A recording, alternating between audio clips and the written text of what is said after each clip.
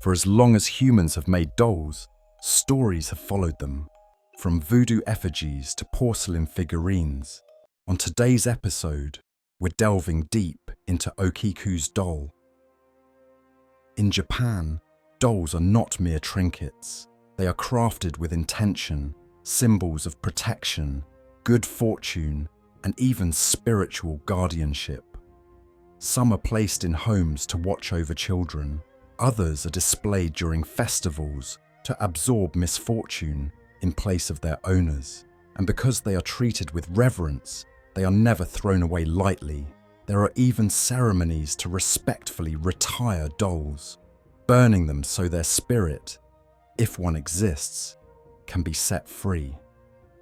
To the Japanese, these objects are never entirely lifeless, which is why one particular doll, resting in a temple on the island of Hokkaido, unsettles even the most devout.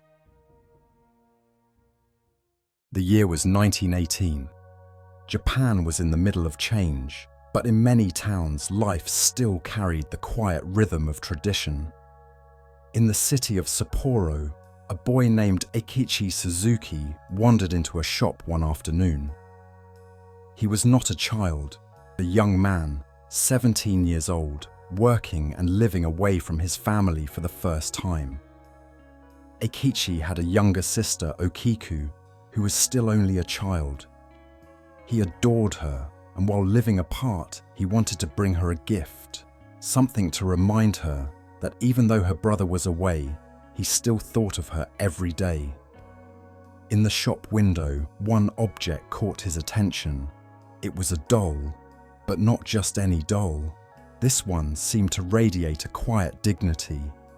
Its porcelain face was delicately painted, with soft red lips and dark eyes that stared calmly into the distance. Black hair framed its features, cut in the same style worn by young girls at the time.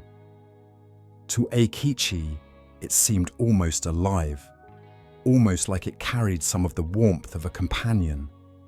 He thought of Okiku, playful, gentle, always smiling, and decided this would be the perfect present. Okiku had never been a collector of toys. She wasn't the type of child to line shelves with dolls or trinkets, which is why this one became so special. She cherished it instantly, naming it after herself. From that day on, the doll was never far from her side. She played with it, whispered secrets to it, even slept with it tucked beside her pillow. But in 1919, tragedy struck. Okiku fell ill. Illness in those days often carried a cruel finality, and despite the family's prayers and remedies, the child's health declined quickly. The records do not tell us what illness claimed her life. Perhaps pneumonia or tuberculosis. Both were merciless in those days. Whatever the cause, the result was the same. The family's bright little girl was gone. The doll, her constant companion, remained behind. Her family kept it in her bedroom, placed carefully on a small altar, surrounded by incense and offerings. It became a vessel of remembrance. Yet as the weeks went by, they began to notice something that disturbed them deeply. The hair, which had once been cut neatly at the chin, was growing. Slowly, but undeniably, each strand lengthened. At first, they thought grief had played tricks on their eyes. But when the doll's hair brushed against its shoulders, they realized this was no illusion. And as they looked closer, they began to wonder, had the doll truly been left behind by their daughter, or had something of her remained within it? The Suzukis eventually came to believe that their daughter's spirit had chosen the doll as her vessel. Unsure what else to do, they entrusted it to the monks of Manenji Temple in Hokkaido. There, the doll was placed on display, watched over, cared for, treated not as an ornament, but as something far more delicate, and it has remained there ever since. Pilgrims visit the temple every year, some out of curiosity, others out of reverence. They bow before the doll, leave offerings of sweets or toys, and whisper their wishes into the still air of the shrine. To them, Okiku is not just a relic of tragedy, she is a listener, a child spirit who understands sorrow, who might carry their prayers into the unseen world. The monks too treat her with great care. They change her kimono with the seasons. They trim her hair when it grows too long, carrying out the act with the quiet solemnity of a ritual. They insist it is not out of fear, but respect.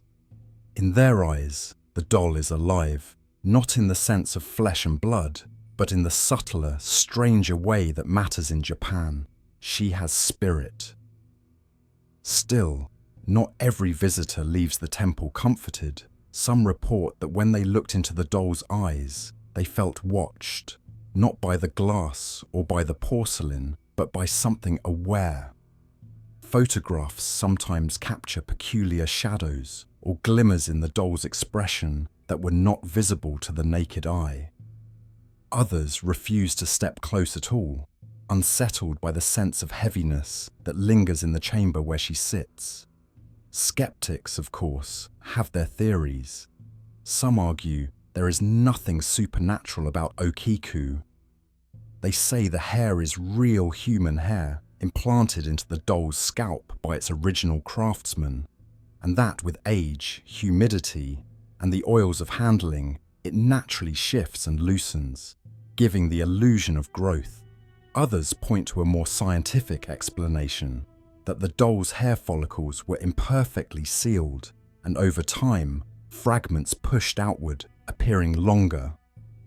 But these neat answers do little to quiet unease, for even if the strands can be explained, what of the changes in her expression? Why do so many visitors insist that her lips part slightly from one season to the next, or that her eyes seem moist, glimmering like those of a living child? The monks themselves have allowed scientists to examine her. Samples of the hair, when tested, were confirmed to be human, belonging to a child no older than 10. How such a material could continue to grow from a porcelain skull has never been resolved. And then there are the accounts that science does not touch.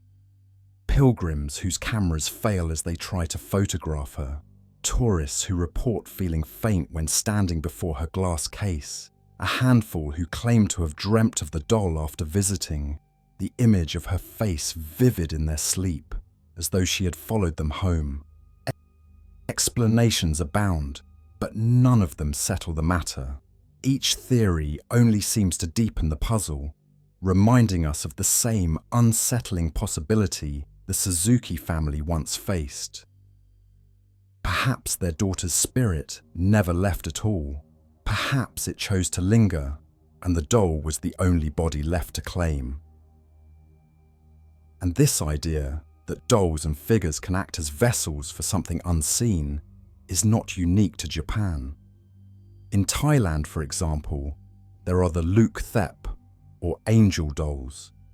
These are treated by some owners as if they were living children, fed, dressed, even given their own seats on airplanes. Believers say the dolls carry benevolent spirits, capable of bringing fortune to the household, though stories also exist of dolls that grow temperamental when neglected. Even in Okiku's own country, the legend can be connected to the water children, or Mitsuko. These are the spirits of children who passed away before or shortly after birth. Families create small statues, perform rituals, and leave offerings to guide these spirits, giving them care in the world they could not fully inhabit. Like the Mizuko, Okiku's spirit seems anchored to the living by a physical vessel, receiving attention and reverence from those who loved her. Across the Pacific, lies the story of Robert the Doll, housed in a museum in Key West, Florida. Given to a young boy in the early 1900s, Robert became notorious when neighbors and family members began reporting strange activity, footsteps in empty rooms, giggling in the dark, the doll itself shifting position when no one was near. To this day, visitors to the museum speak to Robert politely, leaving offerings or apologies, fearful of what might follow them home otherwise. And then, of course, there is Annabelle, perhaps the most infamous of them all. Though Hollywood has turned her into a spectacle, the original doll still sits locked in a case in Connecticut, said to bring misfortune to anyone who underestimates her presence. Dolls seem to carry memories. No one knows why they feel alive or why certain figures seem to hold a presence beyond their shape. Perhaps it is the love and attention poured into them, or the care of those who believed in them. No one can say for certain if Okiku truly rests inside the doll. Perhaps it is no more than porcelain, cloth, and hair, a simple toy kept alive by the imagination of those who mourned. And in that gentle way, these quiet companions linger, not to frighten, not to demand, but to remind us that the past is never fully gone. Every object holds its own history, and perhaps, if we look closely enough, we can feel it too.